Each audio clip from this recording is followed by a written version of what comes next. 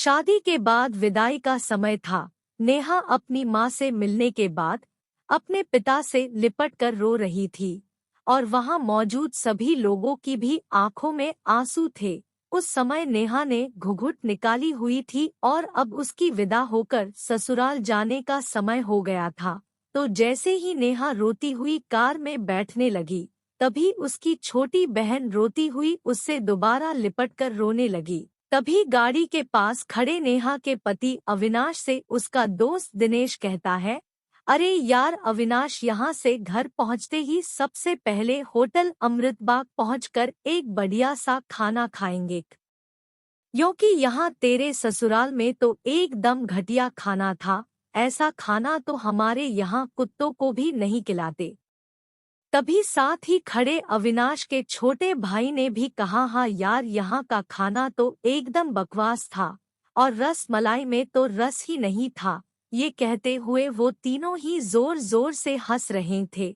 तभी नेहा के पति अविनाश ने भी अपने ससुराल वालों की मजाक उड़ाते हुए कहा कि हाँ यार, मैंने भी मजबूरी में ही यहाँ का खाना खा लिया, वरना मैं तो ऐसे खाने को तो हाथ भी नहीं लगाता।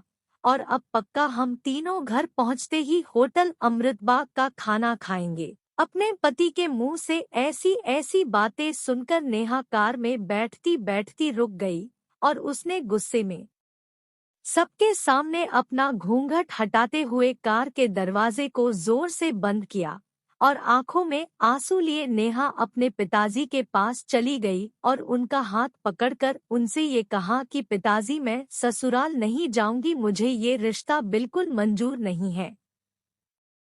ये बात नेहा ने इतनी जोर से कहा कि सब लोग उसकी बात सुनकर हक्के बक्के रह गए। सब लोग नेहा के नजदीक आ गए और नेहा के ससुराल वालों पर तो जैसे पहाड़ ही टूट पड़ा हो। वजह क्या थी, ये किसी को भी समझ नहीं आ रहा था।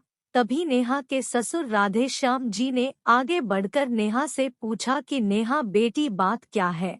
तुम अचानक ही शादी होने के बाद अपनी विदाई होने के समय यूं शादी को नामंजूर कर रही हो। तभी नेहा कुछ देर चुप रहने के बाद अपनी आंखों में आंसू लिए अपने ससुर से बोली कि बाबूजी, आपको पता है, मेरे माता पिता ने अपने सभी सपनों को मारकर हम सभी बहनों को इतना पढ़ाया लिखाया और काबिल बनाया, और आप जानते हैं कि एक बाप के लिए उसकी बेटी क्या मायने रखती है। वैसे आप और आपका बेटा कभी नहीं जान सकते, क्योंकि बाबूजी, आपके घर में तो कोई बेटी है ही नहीं। दुल्हन ने शादी के बाद क्या मना